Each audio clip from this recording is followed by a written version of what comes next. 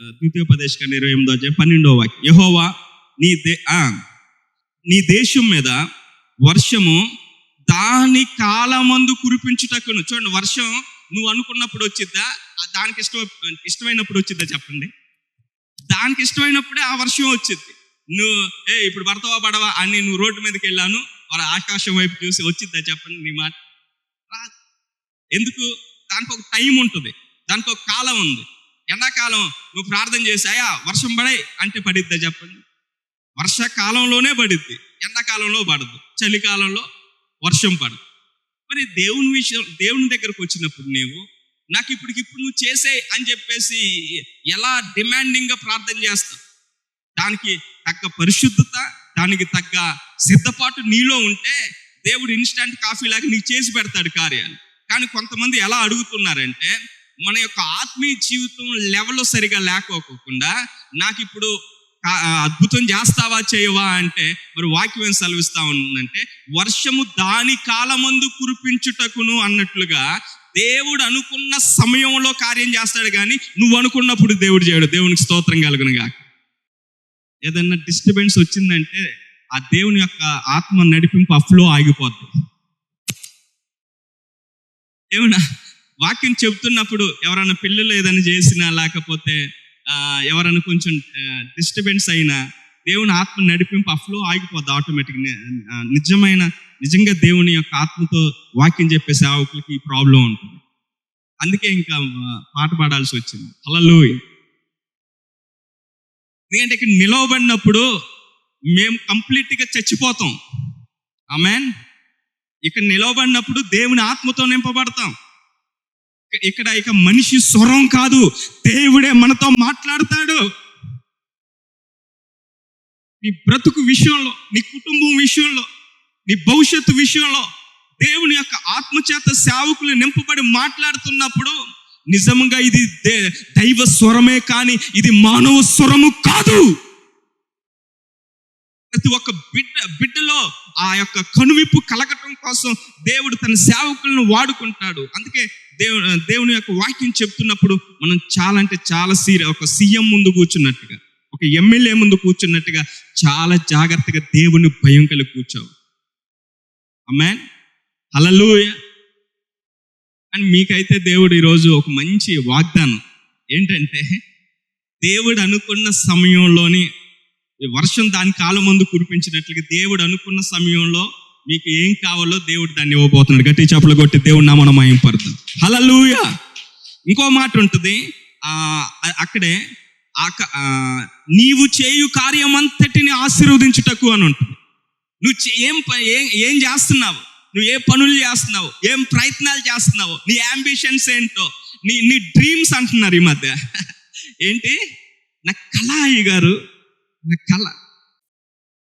నువ్వు చేసే కార్యం అంతటిని, నీ డ్రీమ్స్ని ఫుల్ఫిల్ చేయగలిగిన దేవుడు, నీ యొక్క ఆశలను నెరవేర్చే దేవుడు, ఆశగల ప్రాణాన్ని తృప్తిపరిచే దేవుడు అని వాక్యం సెలవిస్తా ఉంది. నువ్వు ఏ ఆశతో అయితే ఈ స్థలంలో అడుగు పెట్టావో, ఏ కోరికతో అయితే ఈ స్థలంలో అడుగు పెట్టావో, నీ కోరికను సిద్ధింపచేసి నీ ఆలోచన యావత్తును సఫలపరిచే దేవుడు. నువ్వు చేయు కార్యం అంతటిని ఆశీర్వదిస్తాడంటే ఎంత మంచి వాగ్దానం ఇది. కొంతమంది ప్రయత్నాలు చేస్తున్నారు, అన్ని ఫెయిల్, బెడ్స్ కొడుతుంది, దేంట్లోని విజయం లేదు పాస్టర్. ఎటు ప్రయత్నాలు చేస్తున్నా మాకు ఎటు నుంచి ఏ స్కోపు లేదు, ఏ సోర్సు లేదు, హోప్లెస్ అయిపోయింది. ప్రయత్నం చేస్తున్నారు, అన్ని ఫెయిల్యూర్స్. ఎవరికి చెప్పుకోలేక 4 గోడల మధ్య నలిగిపోతున్న వాళ్ళు కూడా ఉన్నారు ఈ వాక్యం వింటున్న వారిలో. ప్రభు మాట్లాడుతుంది, ఈరోజు నువ్వు దేవుని వైపు తిరుగు. నువ్వు చేయు కార్యం అంతటిని దేవుడు సఫలం చేయబోతున్నాడు. నువ్వు చేయు కార్యం అంతటిని ఆయన ఆశీర్వదించడానికే నీ కోసం పరలోకాన్ని విడిచిపెట్టి భూమి మీదకి వచ్చి నీ కోసం ప్రాణం పెట్టి తిరిగి లేచిన దేవుడు ఆయన. నిన్ను నట్టేట మనుషుల్లాగా వదిలిపెట్టే దేవుడు కాదు. నేను నీకు సంఘం ఇస్తాను, నీకు చర్చి కట్టిస్తానని ఒక కుటుంబం నన్ను కొన్ని సంవత్సరాల క్రితం నన్ను రమ్మంటే వాళ్ళు నమ్ముకొని నేను వెళ్ళాను. నేను అప్పటి వరకు ఒక మంచి దైవజనుని దగ్గర ఆరు సంవత్సరాలు నేను బైబిల్ ట్రైనింగ్ చేసి పరిచర్య చేసినాను. నేనేమనుకున్నానంటే ఆ టైంలో నాకు అంత ఆత్మీయ పరిపక్వత లేదు. ఏదో అవకాశం వచ్చింది, ఎక్కడుంటే ఎంతకాలం ఉంటో ఎదుగు బొదుగు ఉండదు, వీళ్ళు సంఘం ఇస్తారో ఇయ్యరో, అక్కడికి వెళ్తే వాళ్ళు రెడీమేడ్గా సంఘం దొరుకుతుంది అని చెప్పి వాళ్ళు నమ్మి నేను వెళ్ళాను. అన్నట్లుగానే చర్చను ప్రారంభించారు. ఇక ఒక హాలు కట్టుకున్నాం అన్నారు. సరే అని స్టార్ట్ చేశాం. ఇక దానికి వర్క్ చేయటానికి దానికి మొత్తం నేనే దానికి హెడ్గా ఉండి వర్కర్స్ని, పన్నుల్ని, కూలోళ్ళని అందరినీ మాట్లాడి చివరికి ఆ హాల్ అంతా పూర్తి చేస్తున్న టైంలో మరి ఈ చర్చికి ఎవరైనా స్పీకర్లు వచ్చినప్పుడు, ఏదైనా వాక్యం చెప్పడానికి దైవజనులు వచ్చినప్పుడు వెనకాల ఒక రూమ్ ఉండాలి అంటే ఆ రూమ్ కడదాం. మరి మనం కూడా ఉండటానికి ఒక రూమ్ కావాలి కానీ ఇంకో రూమ్ కట్టాము. ఆ తర్వాత వంట చేయడానికి కిచెన్ కావాలి కానీ చెప్పి కిచెన్, మొత్తానికి 3 రూములు, ఒక కిచెను, ఆ తర్వాత హాలు ఎంత కట్టి సిమెంట్ కట్లోడి దగ్గరికి వెళ్ళి చర్చికి అని చెప్తే వాడు తగ్గిస్తా ఉన్నాడు, ఐరన్ ఓడి దగ్గరికి వెళ్తే వాడు తగ్గిస్తా ఉన్నాడు, ఇటుకల దగ్గర అట్లా అన్నీ తగ్గించి మాట్లాడి చర్చ్ అని చెప్పి అన్నీ చేసి స్లాబ్ వేసి మార్బుల్ చేసి సీలింగ్ చేసి ప్రహారీ కట్టి అంతా అయిపోయిన తర్వాత బాంబు వేశారు. ఇది చర్చి కాదు, ఇది ఇల్లు అన్నారు. ఇప్పుడు నేను మోసపోవటానికి సంవత్సరం పట్టింది. సంవత్సరం అంతా నేను వృధాగా వీళ్ళ దగ్గర నేను వెట్టి చాకిరీ చేశాను. ఇప్పుడు దానికి చేసిన ఆ చాకిరీ అంతా చూస్తే నాకు కూడా కూలి తీసుకుంటే నాకు డబ్బులు రావాలిగా. కానీ నేను దేన్ని బట్టి సేవ చేయాలి. పిచ్చి సేవ అంటే పిచ్చి. ఎందుకు పాస్టర్ గారు మీకు ఎందుకు అంత సేవ అంటే పిచ్చి అంటే, ఒకప్పుడు లోకంలో బ్రతికారు, పాపంలో బ్రతికారు, సిగరెట్లు తాగాను, బీడీలు తాగాను, అమ్మాయిలతో తిరిగాను, లోక ప్రేమల్లో ఉన్నాను, రకరకాలుగా. ఇప్పుడు వచ్చిన డీజేలు, అప్పుడు సీడీ ప్లేయర్ పెట్టి సౌండ్ బాక్సులు పెట్టి రోడ్ల మీద డ్యాన్స్లు వేసేవాళ్ళు, డ్యాన్స్ బేబీ డ్యాన్స్ అని. అలాంటి స్ట్రీట్ డాన్సర్గా నేను వెళ్ళాను చాలా ప్లేసులకి, బర్త్డేలకి, ఏదో ఫంక్షన్లకి, కాలేజీ ఫంక్షన్స్లోని. అలాంటి బతుకులో ఉన్న నేను సాతానికి పిచ్చితనంగా నేను మారాను. నేను ఎప్పుడైతే నేను రక్షణ పొందానో నా దేవుని కోసం పిచ్చి కలిగి బ్రతకాలనుకున్నాను. దేవునికి స్తోత్రం కలుగును గాక. దేవుని కోసం నేను బ్రతకాలి, నా దేవుని సేవ చేయాలి అని నాకు అందుకే ధైర్యం. ఎక్కడైనా వాక్యం చెప్పాలన్నా, ఎవరికైనా సువార్త చెప్పాలన్నా, ఎందుకంటే లోకం ఏంటో పాపం ఏంటో అన్ని పడి చెడి తిరిగి వచ్చాను. ఇక నా దేవుని మహింపరచడానికి నాకు ఏ మాత్రం కూడా మొహమాటం అనిపించదు. ఎందుకంటే సిగరెట్ తాగేవాడికి సిగ్గు అనిపించిద్దా, మందు తాగేవాడికి సిగ్గు అనిపించిద్దా? మరి దేవుని గురించి చెప్పడానికి నాకు ఎందుకు సిగ్గు అనిపిస్తుంది? దేవుని సువార్త బైబిల్ పట్టుకొని రావడానికి కూడా నామోషి అయిపోతుంది ఇప్పుడు కొంతమందికి. రకరకాల హ్యాండ్ బ్యాగులు, రకరకాల స్కార్పులు, మళ్ళీ స్కార్పులు కూడా అన్ని బ్యాగులో పెట్టేసి ఎక్కడికి వచ్చాక ఓపెన్ చేస్తారు మూటా ముళ్ళంతా. నామోషి. బైబిల్ పట్టుకుంటామో ఏమనుకుంటారో ఏమో అని. నీసు దేవుని మందిరానికి వెళ్తున్నాను అనే ఆ ఎలిమెంట్ని కూడా చూపించుకోలేకపోతున్నావు. నువ్వేం భక్తి చేస్తున్నావు ఈరోజు? నేను దేవుని బిడ్డని అని చూపించుకోవటం కూడా నువ్వు ఇష్టపడట్లేదు. నువ్వు నిజమైన దేవుని బిడ్డవు కావు. ఎక్కడుంటే దేవునికి అక్కడ ఒక రిప్రజెంటేటివ్గా నువ్వు బ్రతకాలి. నేను చూసినప్పుడు వీళ్ళు దేవుని బిడ్డలు అని నిన్ను రికగ్నైజ్ చేయాలి.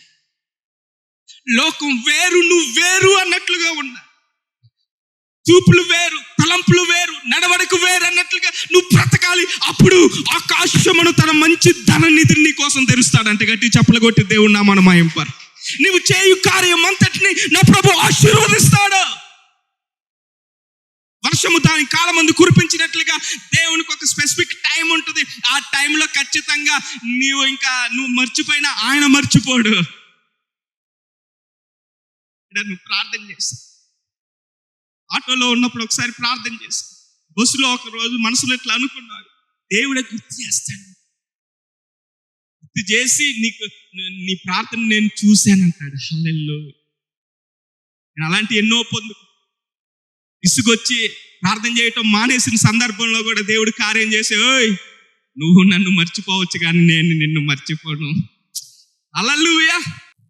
అవును, కొన్ని సందర్భాలు నువ్వు చేసిన ప్రార్థనలు వృధాగా అయిపోయినాయి నువ్వు అనుకోవచ్చు, కానీ నా ప్రభు యొక్క కవిళ్ళలో బుట్టల్లో దాచబడి ఉన్నాయి. గట్టి చప్పలు కొట్టి దేవుని నామమున మహింపరు.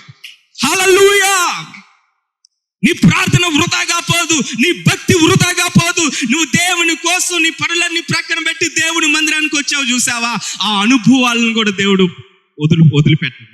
దేవునికి తెలుసు నీ ప్రతి కదలిక దేవునికి తెలుసు. తనకు ఒక టైం ఉంటుంది. ఆ కాలమందు వర్షము దాని కాలమందు కురిసినట్టుగా నీ జీవితంలో దేవుడు తన సమయంలో చేస్తాడు. హల్లెలూయా. నీ సమయంలో చేస్తే ఒకలాగా ఉంటుంది, దేవుడి సమయంలో చేయండి అది మామూలు వేరే లెవెల్లో ఉంటుంది. దేవుని స్తోత్రం కలుగును గాక. అది కొద్దిగా టైం పట్టిద్ది, ఓపిక ఉండాలి. సేవ చేసేవాడు రాజీ పట్టు లోకానికి వాళ్ళు ఇచ్చే తాయిలాయలు, వాళ్ళు ఇచ్చే భోజనం, వాళ్ళు ఇచ్చే ఈ దేన్ని బట్టి కాంప్రమైజ్ అయ్యి సేవ చేయడం నిజమైన సేవ. దేవుడు చెప్పినట్లుగా చేస్తానంటే దేవుడు చెప్పినట్లుగా, అది మేము చెప్పినట్లుగా చేయాలంటే దేవుడు చెప్పినట్లుగా చేస్తాను. అయితే నీకు అరగంట టైం ఇస్తున్నాను, ఖాళీ చేసి వెళ్ళిపోవాలి. ఇలా లోతే మా ఊరిలో మా అమ్మ నాన్న మంచి, మా బంధువుల దగ్గర మంచి పేరు ఉంది. ఎక్కడో సంఘం కూడా ఎవరో ఇచ్చారంట, మా వాడికి సెటిల్ అయిపోయింది అన్నట్టు. ఇంటికి వెళ్ళలే, ఎటు వచ్చి విజయవాడ రైల్వే స్టేషన్లో పడుకో. నీ జీవితంలో కూడా ఒక్కోసారి మోసపోయిన పరిస్థితులు రావచ్చు. ఒక్కోసారి అందరూ దూరమైనట్లుగా, ఒక లోన్లీగా, ఒంటరితనంతో నువ్వు బ్రతికే రోజులు నీ జీవితంలో ఒక్కోసారి రావచ్చు. నా ప్రభు చెప్తుంది, ఇదిగో ఈ రోజున ఆయన దేవుని యొక్క వాక్యం మనం చదువుకున్నాం కదా, నీవు చేయు కార్యం అంతటిని ఆశీర్వదించుటకు ఆకాశమును తన మంచి ధననిధిని నీ కోసం తెరుస్తాడంట. దేవునికి స్తోత్రం కలుగును గాక. హల్లెలూయా, హల్లెలూయా. మనుషులు వదిలిపెట్టొచ్చేమో కానీ దేవుడిని నువ్వు విడిచిపెట్టు. విజయవాడ రైల్వే స్టేషన్ ప్లాట్ఫామ్ గత అయిందో నా ప్రభు చూశాడు. వాళ్ళ కళ్ళు తెరవబడాలనుకున్నాడో ఏమో. విజయవాడ సిటీలోని గొప్ప పరిచయం చేస్తూ ఉంటే నా అవన్నీ చూస్తూ ఉంటారు. ఎక్కడున్నా ఫేస్బుక్లో ఉంటాయి, ఇన్స్టాగ్రామ్లో ఉంటాయి, యూట్యూబ్లో ఉంటాయి. నా ఫోన్ నెంబర్ వాళ్ళు ఒకవేళ ఉంచుకుంటే నా స్టేటస్లు చూస్తూ ఉంటారు. ఇలాంటి వాడిని ఎందుకు వదులుకున్నామని బాధపడేటట్టు నా ప్రభు నన్ను దీవించాడు. మ్యాన్ హల్లెలూయా.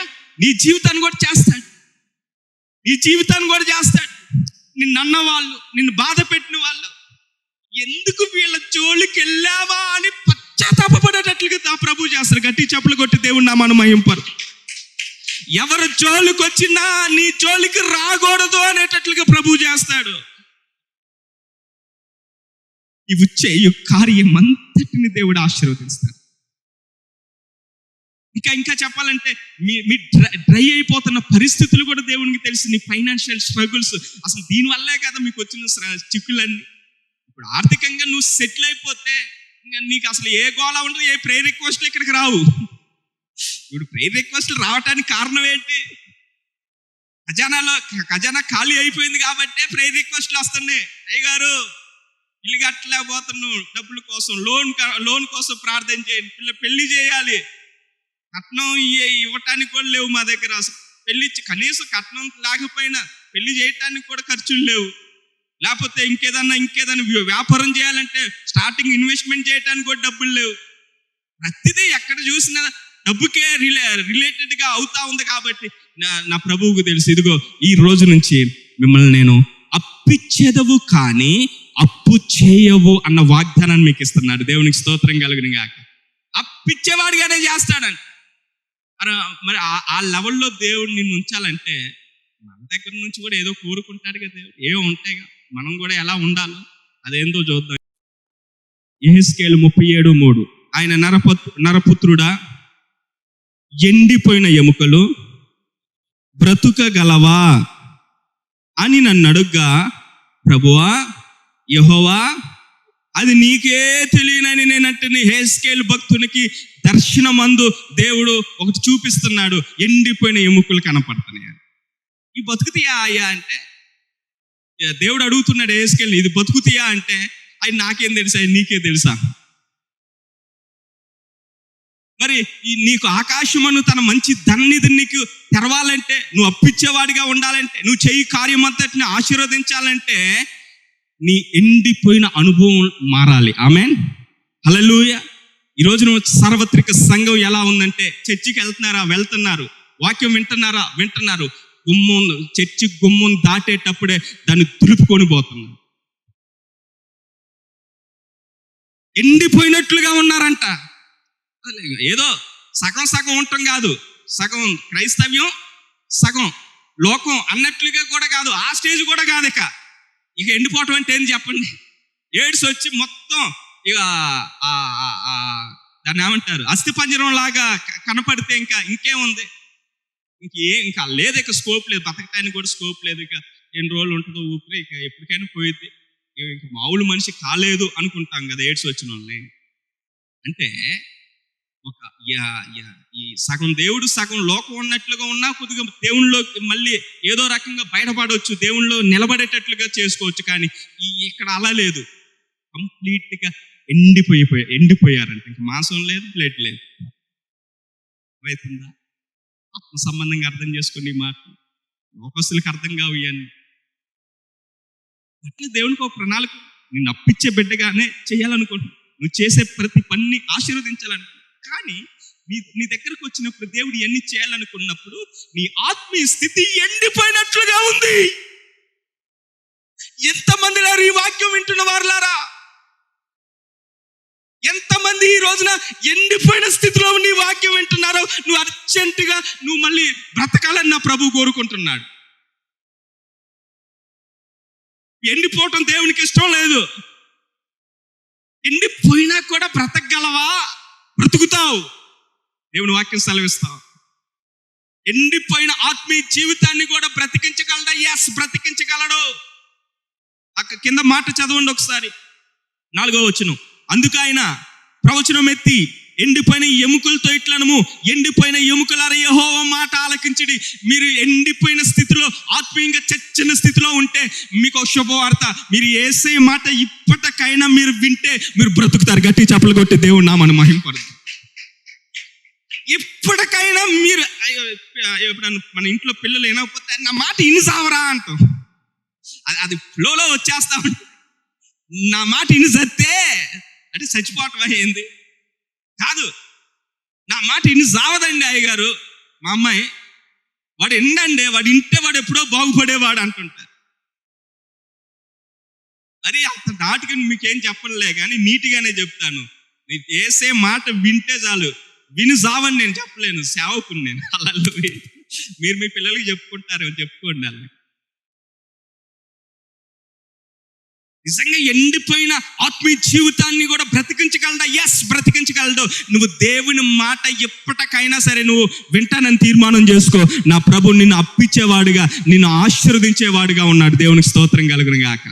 హల్లెలూయా, హల్లెలూయా. నీవు ఆయన మాట వింటే మాత్రం నువ్వు ఖచ్చితంగా బ్రతుకుతావు. మరలా ఎండిపోయిన ఎముకలకు కూడా జీవం వచ్చింది. ఆమేన్. వెంటనే ఏం జరిగింది? 5వ వచనం చదవండి.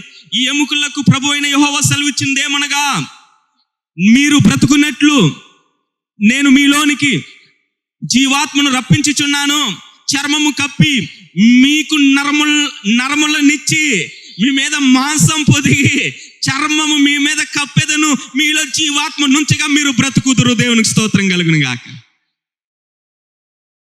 నరాలకి, ఎముకలకి, ఆ తర్వాత శరీరానికి ఎక్కలేని ఆ జీవం వచ్చేసిద్దంట. చచ్చిపోయిన ఎముక, ఎండిపోయిన ఎముక. కుటుంబాలు మేము చూస్తా ఉంటాం, ఎన్నో ప్రాంతాలకు తిరుగుతూ ఉంటాను నేను. ఎంత వరస్ట్గా ఉన్నాయో క్రైస్తవ బిడ్డల కుటుంబాలు.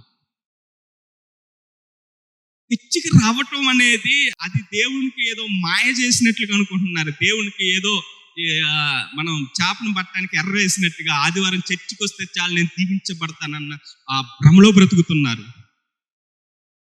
ఎండిపోయిన అనుభవంలో బయటపడే మార్గం చూసుకోవట్లేదు. చర్చికి వెళ్తున్నాం, అయిపోయింది, కలాస్.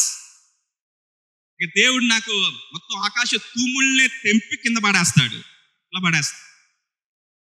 ఏది నీ జీవితంలో ప్రార్థన? ఎండిపోయిన అనుభవం వాళ్ళ జీవితంలోని ప్రార్థన ఉండదు.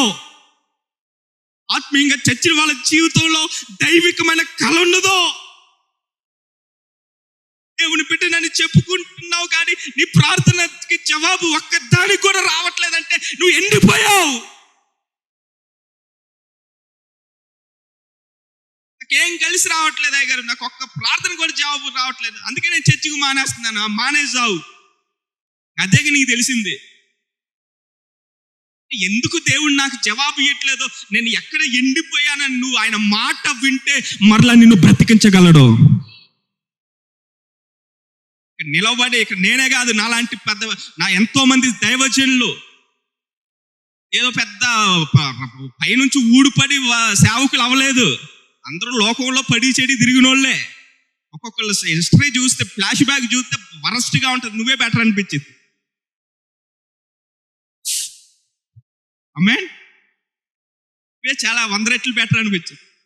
అంత వరస్ట్గా బతికిన వాళ్ళనే దేవుడు బ్రతికిస్తున్నాడు. నిన్ను ఎందుకు వాడుకోడు బిడా? ఆమేన్. నిన్ను కూడా నిలబెట్టుకుంటా. నీ పట్ల దేవునికి ఉన్న ప్రణాళిక వేరు. నువ్వు చేయి కార్యం అంతటిని దేవుడు ఆశీర్వదించడానికే ఆయన సిద్ధంగా ఉన్నాడు. నీవే ఆయన మాట వినకోకుండా ఇంకా డ్రై అయిపోతా ఉండు, ఎండిపోతా ఉండు. మరి ఇప్పుడు వచ్చే సండే వచ్చే ప్రార్థనలో బట్టి నేనేం బతకనంటే బతకో. ఇది ఏంటంటే పైకి నువ్వు ఏదో చూపించుకోవటానికి అన్నట్లుగా నేను కూడా దేవుని పెట్టనే, నాకు కూడా కొంత ఉంది దేవుని భక్తి అనేది అని చూపించుకోవటం వరకే. పిల్లలు స్కూల్కి వెళ్ళినప్పుడు అటెండెన్స్ కోసం వెళ్ళినట్లుగానే దీన్ని బట్టి అయితే నిన్ను దేవుడు నీకు సహాయం చేయలేడు. ఇంటికి వెళ్ళిన తర్వాత మరలా నువ్వు సండే దేవుని సన్నిధికి వచ్చే లోపు నీ బ్రతుకు ఎలా ఉంటుందో దాన్ని బట్టే దేవుని జీవితంలో అద్భుతాలు చేస్తాడు. కుటుంబ ప్రార్థన లేదు, కుటుంబంలో నువ్వు కనీసం కలిసి దేవుణ్ణి ఘనపరచడం లేదు. వాక్యాలు స్టేటస్ పెట్టినంత మాత్రాన భక్తిపరుని అనుకుంటున్నావా? 4 షార్ట్ వీడియోలు కాపీ పేస్ట్ చేసి పడేసి పెట్టేసినంత మాత్రాన నువ్వు భక్తిపరుడు అయిపోతావా? అట్లా అనుకుంటే నాకు 2 లక్షల కంప్యూటర్ ఉంది, నాకు ఎడిటింగ్ వచ్చు, ఫోటోషాప్ వచ్చు, ఎన్ని వాక్యాలు ఎన్ని పెట్టాలంటే అన్ని పెట్టగలను సమాజానికి మంచోని చూపించుకోవటానికి. ఇప్పటికీ నేను నలిగిపోతా ఉంటాను. నేను ఎందుకు బ్రతుకుతున్నా? కోసం ఒక రోషం కలిగి నేను నిలబడలేకపోతున్నానని ఇప్పటికీ నా సావు నేను చస్తా ఉంటాను, గదిలో పడి ఏడుస్తా ఉంటాను.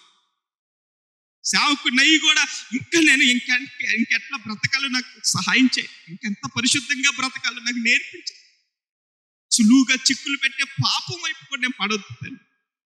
పట్టగలాడుతూ ఉంటాను దేవుని సన్నిధిలో. ఎక్కడ నువ్వు ఎండిపోయిన అనుభవాలు ఉన్నాయో, ఏదో సగం సగం భక్తి కాదు. ఇప్పుడు నామకార్థ క్రైస్తవ్యం కంటే ఇంకా దిగజారిపోవటం, ఎండిపోవటం అంటే అర్థమవుతుందా? అందం ఉంటుందా అస్థిపంజరాన్ని? చెప్పరేంటి? తర్వాత మేకప్ వేసుకుంటే బాగుంటుందా? లిప్స్టిక్ వేస్తే బాగుంటుందా? లేకపోతే మంచి హెయిర్తో మంచి ఇప్పుడేందో రింగులుగా, మామూలు జుట్టు కూడా రింగులుగా కంటి మీద వదిలేస్తున్నారు. ఇటు ఒక పాయదేస్తున్నారు, ఇటు కంటి మీద వదిలేస్తున్నారు. ఎన్ని వింతలు చేయాలి అన్ని వింతలు చేస్తున్నారు. అస్థిపంజరంతో ఉంటే చేయగలవా? అందం రావాలంటే నువ్వు దేవుని మాట వినాలి. మంచిగా సమాజంలో బ్రతకాలంటే నువ్వు దేవుని మాట వినాలి. అప్పుడే దేవుడు నువ్వు చేయి కార్యం అంతటిని దేవుడు సఫలపరుస్తాడు. హల్లెలూయా. రెండవది, అపోస్తుల కార్యములు 2వ అధ్యాయం 4వ వచనంలో ఉన్నట్లుగా ఉంటే దేవుడు సహాయం చేస్తాడు. అపోస్తుల కార్యములు 2వ అధ్యాయం 4వ వచనం, అందరూ పరిశుద్ధాత్మతో నిండిన వారై ఆ ఆత్మ వారికి వాక్శక్తి అనుగ్రహించిన కొలది అన్య భాషలతో మాట్లాడసాగరే. ఒకటి, నీ ఎండిపోయిన అనుభవం మార్చుకొని నువ్వు దేవుని మాట విని జీవాత్మతో నింపబడితే, జీవాత్మ వస్తే నీ నరాలన్నీ, నీ ఎముకలన్నీ, నీ శరీరం అంతా బ్రతికి బట్టగడితే నువ్వు సమాజంలో నిలబడతావు గొప్ప సాక్ష్యంగా. హల్లెలూయా. అప్పుడు దేవుడు నువ్వు చేయు కార్యమంతటిని సఫలపరుస్తాడు. రెండవది, అందరూ పరిశుద్ధాత్మతో నింపబడిన వారిగా బ్రతకాలని. దేవుని ఆత్మతో నింపబడిన వారి యొక్క చూపు వేరుగా ఉంటుంది. దేవుని ఆత్మతో నింపబడిన వారి యొక్క కదలికలు వేరుగా ఉంటాయి. లోకానికి ఏ మాత్రం రాజీ పడరు వీళ్ళు. దేవుని ఆత్మతో నడిపించబడే వాళ్ళు.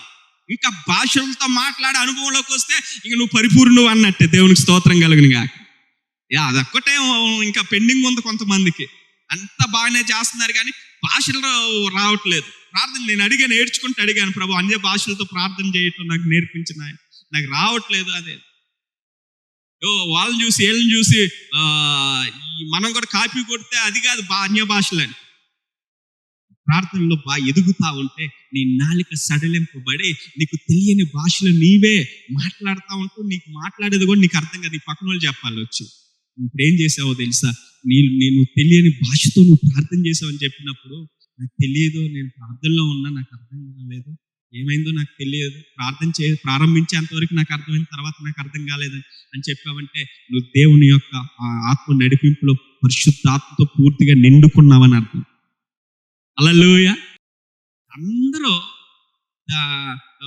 దేవుని యొక్క ఆత్మ సంబంధమైన బిడ్డలని చెప్పుకుంటున్నారు, కానీ ఆత్మతో పూర్తిగా నిండిన బిడ్డలుగా బ్రతకలేకపోతున్నారు.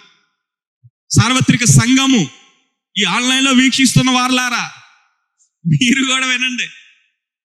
దేవుని ఆత్మ చేత, పరిశుద్ధాత్మ చేత నింపబడితేనే నువ్వు చేసే కార్యాలన్నీ సఫలపరచబడతాయి. దేవునికి స్తోత్రం కలుగును గాక. మళ్ళీ నిన్ను అప్పించేవాడిగానే చేస్తాడు. నీ చెయ్యి ఎప్పుడు ఒకరి దగ్గర చాచనివ్వడు. ఇప్పుడు ఒక 5,000 కావాలన్నా వెళ్తున్నావు, 1,00,000 రూపాయలు కావాలన్నా మనుషుల దగ్గరికి వెళ్తున్నావు, నీకు ఒక కాంటాక్ట్ లిస్ట్ ఉంటుంది. ఇక వాళ్ళకి ఫోన్ చేస్తే చాలు, నీకు ఎన్ని లక్షలు కావాలని, ఎన్ని వేలు కావాలని ఇచ్చే బ్యాచ్ ఉంటారు. ఇక వాళ్ళే నీకు దేవుళ్ళు, వాళ్ళే నీకు కొండ, వాళ్ళే నీకు పర్వతం. గుర్తుపెట్టుకో, నువ్వు ఎవరినైతే నమ్ముకుంటున్నావో వాళ్ళొక నీకు మౌంటైన్ లాగా ఉండొచ్చు, పర్వతాలు తొలగిపోవచ్చు అని వాక్యం సెలవిస్తాను. పర్వతాలు తొలగిపోయే అనుభవాలు రావచ్చు. నువ్వు ఎవరినైతే ప్రేమిస్తున్నావో వాళ్ళ ఒక రోజు నీకు దూరం అయ్యే అవకాశం ఉంటుంది. ఎక్కువగా నువ్వు ఎవరిని ప్రేమించొద్దు, నేను చెప్తున్నాను. దేవుని సేవ నష్టపోతావు నువ్వు. దేవుని యొక్క సేవకుడిగా చెప్పు, దేవుని కంటే ఎక్కువగా నువ్వు దేని మీద దృష్టి పెట్టినా నీ దగ్గర అది ఉండదు. ఎన్నోసార్లు చెప్పాను, మరలా చెప్తున్నా. దేవుణ్ణి ఎక్కువగా ప్రేమించే బిడ్డగానే ఉండు, నువ్వు అన్ని దక్కించుకుంటావు. ఆమేన్, హల్లెలూయా. నువ్వు డబ్బును ప్రేమించిన, మనుషులు ప్రేమించిన, తోబుట్టువులను ప్రేమించిన, దేవుని తర్వాత ఏం చెప్పాలి, నువ్వు నీ భర్త అయినా నీ భార్య అయినా. ఆమేన్. నువ్వు నా కోసమే పుట్టావు. భార్య అంటే ఏమో, నన్ను మీ అమ్మ నా కోసమే కన్నదే. ఈ తిక్కలోడు అంటాడు, నా కోసమే కన్నది అసలు నిన్ను, అదే మీ అమ్మ. నువ్వు నా కోసమే పుట్టావని వీళ్ళు, నువ్వు నా కోసం పుట్టావని వాళ్ళు. ఇక ఇద్దరు ప్రేమ ఎక్కడికో ఇక రెక్కలు ధరించుకుని ఎగురుతా ఉంటుంది. ఈ లోపు ఒక ఉప్పెండు వచ్చిందంటే మళ్ళీ బ్రేకప్ సాంగ్స్ వింటా ఉంటారు, లవ్ ఫెయిల్యూర్ సాంగ్స్. ఎంతమంది సెల్ ఫోన్స్ లో ఫెయిల్యూర్ సాంగ్స్ వింటున్నారు. మళ్ళీ ఎస్పెషల్లీ దేవుడు లోకస్తులు అంటే వాళ్ళకి నిరీక్షణ లేదు, జీవం గల దేవుడు లేడు, ప్రేమించే దేవుడు వాళ్ళకి తెలియదు.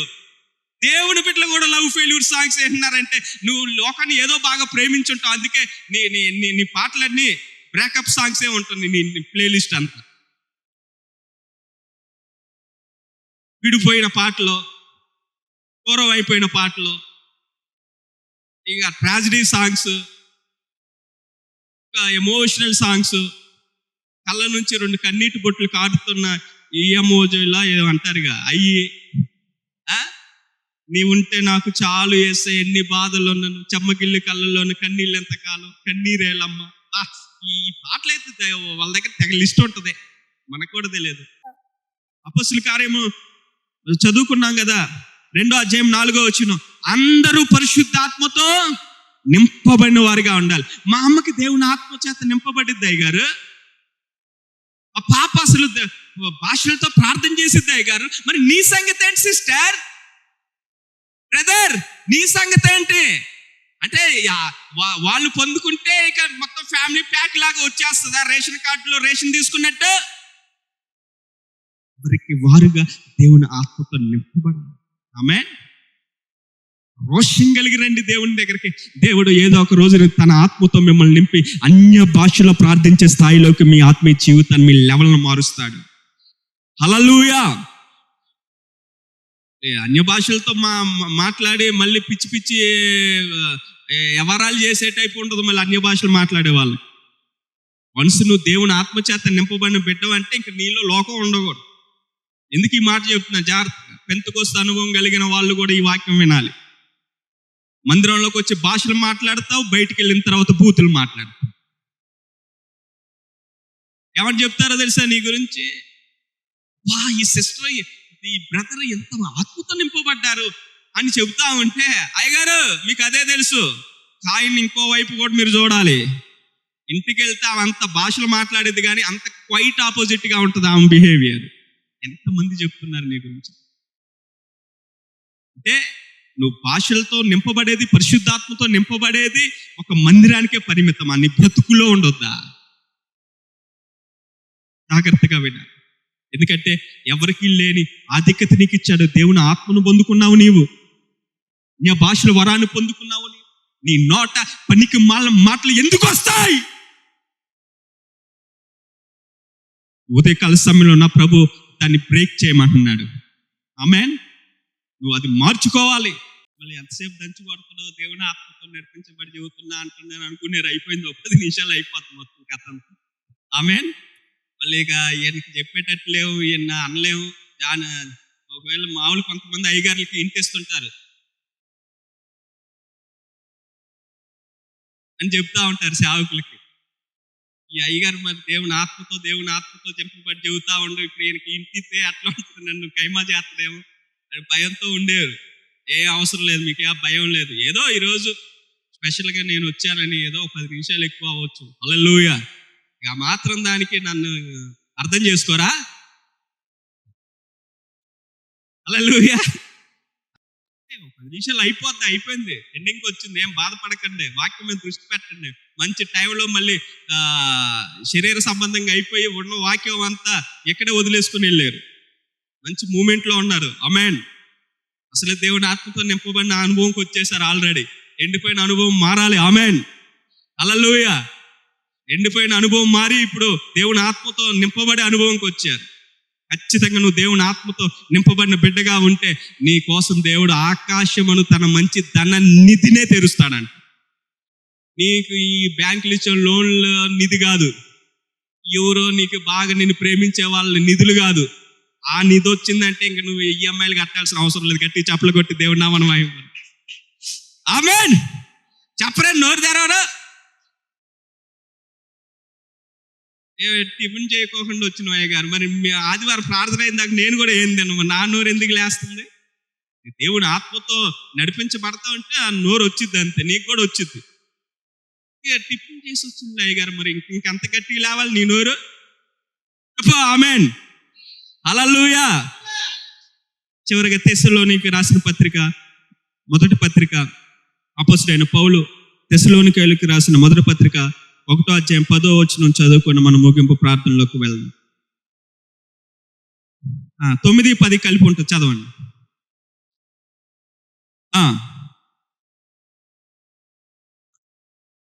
అక్కడి జనులు మమ్మల్ని గురించి తెలియజెప్పుచున్నారు, మరియు మీరు విగ్రహములను విడిచిపెట్టి జీవం గల వాడును సత్యవంతునగు దేవునికి దాసులగుటకును దేవుడు మృతుల్లో నుండి లేపిన యేసు అనగా రాబో ఉగ్రత నుండి మనలను తప్పించుచున్న ఆయన కుమారుడైన యేసు పరలోకము నుండి వచ్చినని ఎదురు చూచుటకును మీరు ఎలాగూ దేవుని వైపునకు తిరిగితురో ఆ సంగతి వారే తెలియజేయుచున్నారు. హల్లెలూయా. తెస్సలోనిక సంఘం దేవుని వైపు తిరిగిందంట. దాని గురించి ఎవరు సాక్ష్యం చెప్తున్నారంటే పక్క సంఘం వాళ్ళు చెబుతున్నారు. దేవుని వైపుకి తిరిగారని ఎవరు చెప్తున్నారు? పైన చదవండి, 7వ వచనం చదవండి. కాబట్టి మాసిదోనియాలోని అకయలోని విశ్వాసులందరికీ మాదిరి అయితిరి. ఎందుకనగా చూడండి, మీ యొద్ద నుండి ప్రభు వాక్యము మాసిదోనియాలోను అక్కయలోను మ్రోగెను. అపోజిటైన పౌలు తెస్సలోనిక సంఘానికి రాస్తూ, ఇదిగో మేము అక్కడికి వెళ్ళాము, మాసిదోనియా సంఘస్థుల దగ్గరికి వెళ్ళాము, అక్కయలో ఉన్న విశ్వాసులు అందరూ మీ యొద్ద నుంచి వాక్యం వాళ్ళ దగ్గరికి వెళ్ళిందంట. ఆమేన్. ఆ సంఘాల, ఆ మాసిదోనియా అక్కయ సంఘ విశ్వాసులకు కూడా ఎక్కడి నుంచి వెళ్ళిందంట వాక్యం? తెస్సలోనిక సంఘం నుంచి వాక్యం వెళ్ళిందంట. అందువల్ల వాళ్ళే సాక్ష్యం ఇస్తున్నారంట, తెస్సలోనిక సంఘం దేవుని వైపు తిరిగిన సంఘం అని చెబుతున్నారంట. నిన్ను గూర్చి నీ పక్కన సంఘం వాళ్ళు కూడా బెత్తరపోవాలి. హల్లెలూయా. ఏ చర్చికి వెళ్తున్నారండి మీరు? అడగాలి మిమ్మల్ని. ఏమ్మా మా దగ్గర ఇంత క్వాలిటీ బోధ లేదు అని చెప్పేటట్లుగా ఉండాలి నీ బోధ, నీ నడక. ఆమేన్. మంచోళ్ళంతా చెప్పండి ఆమేన్. హల్లెలూయా. ఏంటంటే ఇది కొద్దిగా డిఫికల్ట్గా ఉంటుంది. కరెక్ట్గా అర్థం చేసుకుంటే సూపర్గా ఉంటుంది ఈ వాక్యం. తెస్సలోనిక సంఘానికి పౌలు గారు రాస్తూ అసలు మీ గురించి చెప్పాల్సిన అవసరం లేదు. మీరు 2వ వచనంలో ఉంటుంది, విశ్వాసంతో కూడిన మీ పనిని, ప్రేమతో కూడిన మీ ప్రయాసమును, మన ప్రభు అయిన యేసుక్రీస్తుని అందరి నిరీక్షతో కూడిన మీకు ఓర్పును మేము మన తండ్రి అయిన దేవుని ఎదుట మానక జ్ఞాపకం చేసుకొని మిమ్మల్ని మేము అప్పుడప్పుడు మాట్లాడుకుంటా ఉంటాం. గెస్ట్ హౌస్ సంఘం మామూలు సంఘం కాదు అని చెప్పుకునేటట్లుగా ఉండాలంట. ఆమేన్. హల్లెలూయా. మామూలు కాదు వాళ్ళు నిలబడి. నేను ఒకప్పుడు చెప్పేవాడిని, ఇప్పుడు చెప్పలేకపోతున్నా. భోజనాలు ప్రార్థనలు పెట్టినా ఏది పెట్టినా మాకు గెస్ట్ హౌస్ సంఘం అని చెప్పుకునేవాడిని మిగతా సంఘాల్లో. ఇప్పుడు మొత్తం అటర్ ఫ్లాప్ చేసి పడేశారు. ఇప్పుడు మొదటి వారు కడపట్టి వారు అవుతురు. మొన్న ఈ మధ్య నవంబర్లో స్టార్ట్ అయిన అరుణ నగర సంఘం ఊపులో ఉంది. ఇప్పుడు అక్కడి నుంచి లైవ్ ఎత్తున్నాం. ఆమేన్. హల్లెలూయా. మీరు మాత్రం తెస్సలోనిక సంఘం లాగా మారాలి యేసు నామములో. ఎక్కడికి వెళ్ళినా మళ్ళీ నేను వేరే చోట్ల కూడా స్పీకర్గా వెళ్తే ఎక్కడికి వెళ్ళినా మాకు తెస్సలోనిక సంఘం ఉంది, గెస్ట్ హౌస్ సంఘం అని చెప్పుకునేటట్టుగా బతకాలి మీరు. ఎందుకంటే మీ తెస్సలోనిక సంఘం ఒక మంచి సాక్ష్యం కలిగి ఉంది. వాళ్ళు దేవుని పనిలో కానీ ప్రేమతో కూడిన వాళ్ళ ప్రయాస, వాళ్ళ నిరీక్షణతో కూడిన ఓర్పు ఎక్కువ ఉంటుందంట వాళ్ళకి. మన ఓర్పు గురించి చెప్పాలి. ఇంకా రోడ్ల మీద మన గురించే చెప్పుకుంటున్నారు. బాగా సహనం ఎక్కువ అంట. కొంచెం కూడా కోపం అనేది మీ డిక్షనరీలో ఉండదంటగా. ఓపిక ఎక్కువ అంట. ఎవరైదన్నా పడి తుడుచుకొని పోయే రకం అంట కదా. నిజమేనా? ఒట్టిదే. చిన్న తేడా రావాలి కానీ ఒంటికాల మీద లేస్తున్నారు ఇప్పుడు.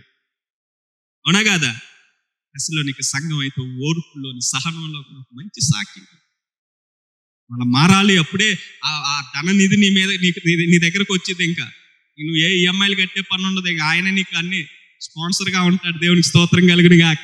ఇక మైకు పట్టుకొని కన్నీటితో నాకు ప్రార్థన చేసుకుంటప్పుడని ఇక సాక్ష్యం చెప్తూగా నువ్వు ఏడ్చుకుంటే అప్పుడప్పుడు నాకు దేవుడు సహాయం చేశాడు, ఎవరి దగ్గరికి వెళ్ళినా నాకు రూపాయి నాకు దేవుడే ఇచ్చాడని చాయ్ వినట్లేదా మీరు అలాంటి సాక్ష్యాలు? నువ్వెప్పుడు చెబుతావు? ఇవన్నీ నీ బతుకుల తెస్సలోనిక సంఘంలో ఉన్న క్వాలిటీస్ ఉంటే నువ్వు కూడా చెబుతావు దేవునికి స్తోత్రం కలుగును గాక. పక్కంటి వాళ్ళు చెబుతున్నారు తెస్సలోనిక సంఘం గురించి. వాళ్ళ దగ్గర ఈ సంఘం నుంచే మాసిదోనియా వాళ్ళకి, అక్కయ్య వాళ్ళకి దేవుని వాక్యం వెళ్ళిందంట. నీ దగ్గర నుంచి దేవుని వాక్యం వెళ్తుందా? వేరేది వెళ్తున్నాయా? ఆ సంఘంలో అంతా వాళ్ళు అయ్యగారు చర్చికి వెళ్తారు కానీ బయట మాకు బార్ షాప్లో కనపడ్డారు. వాళ్ళు చర్చికి వెళ్తారు కానీ ఆ డీజేలో అసలు కచ్చీపు కట్టుకొని మొత్తం వాళ్ళే చున్నీ ఎగరేసుకుంటే డాన్స్ వేసింది.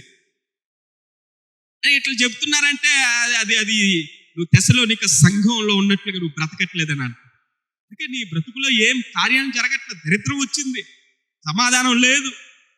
ఏదో వస్తున్నావు వెళ్తున్నావు మందిరానికి, ఏదో ఎవరైనా పెద్ద మీటింగ్లు పెడితే ఆ మీటింగ్లో కూర్చుంటున్నావు వస్తున్నావు. ఒక అఫీషియల్గా ఏదో పైకి చూడటానికి ఒక క్రిస్టియన్ అన్నట్టుగా బ్రతుకుతున్నావు కానీ నీలో ఆనందం లేదు, సంతోషం. ఉదయకాలం ప్రభువు మాట్లాడుతున్నాడు. తెస్సలోనిక సంఘం గురించి పక్కంటోళ్ళు చెప్పుకునే స్థాయికి ఎదిగారంట వాళ్ళు. ఆమేన్. వాళ్ళు దేవుని వైపుకి తిరిగారు. ఇప్పుడు మనం కూడా ఎవరి వైపుకి తిరిగితే మనం కూడా ఆ స్టాండర్డ్లోకి వెళ్తాం. దేవుని వైపు మనం కూడా తిరగాలంతే. వారు దేవుని వైపుకు మీరు ఎలాగో దేవుని వైపుకు తిరుగుతారో ఆ సంగతి వారు చెబుతున్నారు.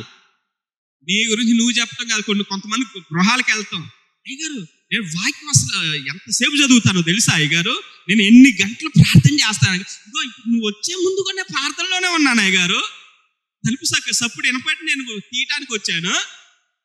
వాళ్ళ కాళ్ళ గురించి నువ్వు గురించి నీ గురించి నువ్వు చెప్పుకోవటం, ఎక్స్పోర్ట్ చేసుకోవటం కాదు. నీ గురించి పక్కంటోళ్ళు చెప్పగలగాలి. గట్టి చెప్పలు కొట్టి దేవుడు నామమున మహిమపరుద్దాం.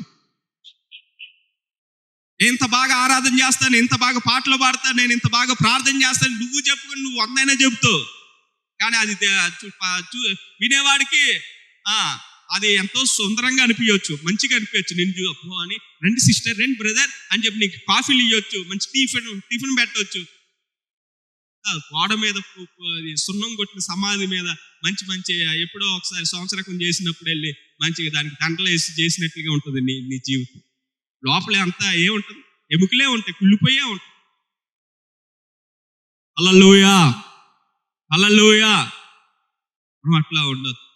నీ గురించి పక్కంటోళ్ళు కూడా చెప్పగలిగే రేంజ్లో నీ భక్తి ఎదగాలి. ఆమేన్. హల్లెలూయా. తెస్సలోనిక సంఘం గురించి మాసిదోనియా వాళ్ళు, అక్కే వాళ్ళు చెప్తున్నారు. హల్లెలూయా. రోజు నుంచి గెస్ట్ హౌస్ సంఘంలో దేవుడు నిజం ఎందుకో ఈరోజు చాలా క్యాప్ తర్వాత నేను వచ్చాను. ఈ మధ్యలో వాక్య పరిచర్య చేసి ప్రసంగాన్ని బట్టైనా మీరు ప్రార్థన చేసుకోండి. అయ్యా నేను ఎండిపోయాను, నన్ను బ్రతికించు, నాలో నీ జీవాత్మ లేదు, అలా ఎండిపోయి ఏదో వస్తున్న దేవుని పెట్టిన అన్నట్టుగానే ఉంటుంది. కోరుకున్న ఆ బ్రతుకు నాలో లేదు. తీర్మానం నువ్వు అడిగితే దేవుడు నీకు ఇప్పుడు సహాయం చేయబోతున్నాడు. అందరు తలలో ఉంచండి, ప్రార్థన చేసుకున్నాడు. నువ్వు అడుగు, నేను దేవుడు తన ఆత్మతో అందరూ ఆత్మతో నింపబడినట్లుగా దేవుడు తన ఆత్మతో నింపబోతున్నాడు.